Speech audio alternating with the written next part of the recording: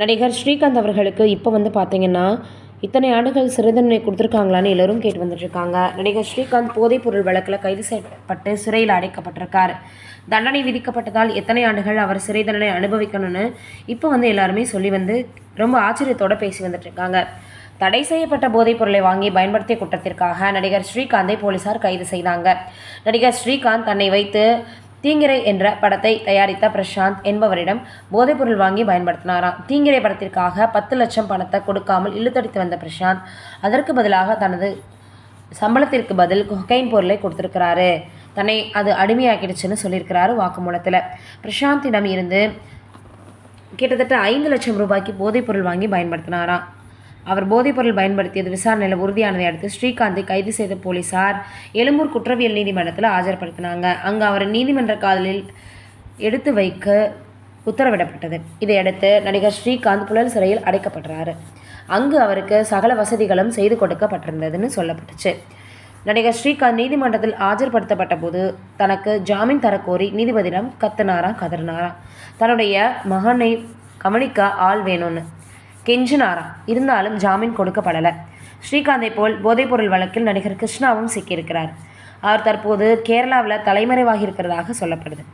அவரை தேடும் பணியில் 5 தனிப்படை போலீசார் ஈடுபட்டிருக்கிறதாக சொல்லப்படுது.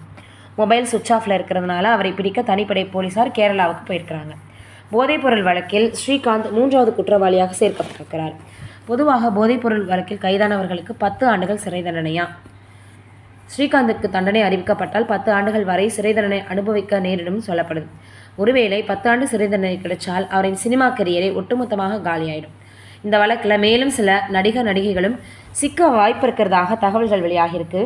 என்ன நடக்க போகுதுன்றதை வெயிட் பண்ணி பார்க்கலாம். இது ஒரு பக்கம் இருக்க, தமிழ், இந்தி, தெலுங்கு அப்படின்னு பல மொழிகளில் பிரபலமான இயக்குநராக வலம் வருபவர் விஷ்ணுவர்தன். இவர் தமிழில் அஜித்தை வைத்து வில்லா, ஆரம்பம் அப்படின்னு 2 ஹிட் படங்களை கொடுத்தாரு. இவரது சகோதரர் கிருஷ்ணா தமிழ் சினிமாவில் நடிகராக இருக்கிறாரு. ஹீரோவாக தொடர்ந்து நடித்த அவருக்கு பெரிதாக வெற்றி எதுவும் கிடைக்கல. இந்த சூழலில் சமீபத்தில் போதைப்பொருள் வழக்கில் அவர் பெயர் அடிபட்டுச்சு. ஹாலிவுட்டில் ஃபேமஸான இயக்குனர் விஷ்ணுவர்தன், அவரது சகோதரர் கிருஷ்ணாவும் ஹாலிவுட்டில் ஃபேமஸான நடிகர் தான். மணிரத்னம் இயக்கிய அஞ்சலி திரைப்படத்தில் குழந்தை நட்சத்திரமாக தனது நடிப்பு பயணத்தை ஆரம்பித்தார். டெரரிஸ்ட் போன்ற படங்களில் நடிச்சிருக்கிறார். வளர்ந்த பிறகு விஜய் நடித்த உதயா திரைப்படத்தில் சப்போர்ட்டிங் ரோலும் நடிச்சிருக்கிறார். சூழல் இப்படி இருக்க அவருக்கு ஹீரோவாகும் வாய்ப்பு கிடைச்சது. அதன்படி அலிபாபா என்ற படத்தில் ஹீரோவாக அறிமுகமானார். அந்த படம் படுதோல்வியை சந்தித்தது. சூழல் இப்படி இருக்க தடை செய்யப்பட்ட கொக்கைன் போதைப் பொருளை பயன்படுத்தியதாக நடிகர் ஸ்ரீகாந்த் சமீபத்தில் கைது செய்யப்பட்டார். அதே போல தான் பிரசாந்த் அப்படின்னு அதிமுகவை சேர்ந்தவரும் அடிதடி வழக்கில் போதைப் பொருளை பயன்படுத்திட்டு ஈடுபட்டார்னு கைது செய்யப்பட்டார். அவரது வாட்ஸ்அப் உரையாடலை ஆய்வு செய்து பார்த்தபோது பிரதீப் என்றவர் போதைப்பொருள் வியாபாரியிடம் செய்த உரையாடல் வெளிவந்தது. இதையடுத்து பிரதீப்பை விசாரித்து காவல்துறையினர் சிறையில் அடைச்சாங்க. ஸ்ரீகாந்த் அவர்கள் அப்படி தான் தனக்கு தீங்கிரை படத்தில் நடித்ததற்கு சம்பளம் கொடுக்காம போதைப்பொருள் கொடுத்து பழக்கப்படுத்திட்டாங்க, எனக்கு அது பழகிடுச்சுன்னு சொல்லியிருந்தார். இப்போ கிருஷ்ணா அவர்கள் தலைமறைவாகி இருக்கிறாங்க. விசாரணையில் அவர் கொடுத்த வாக்குமூலம் தெரிய வந்திருக்கு. அவர் தனது வாக்குமூலத்தில் எனக்கு இரைப்பை அலர்ஜி இருக்கிறது காரணமாக போதைப் பொருள் பயன்படுத்துவதற்கு வாய்ப்பில்லை. இதே துடிப்பு வேகமாக இருப்பதற்காக சிகிச்சை எடுத்து வரேன்.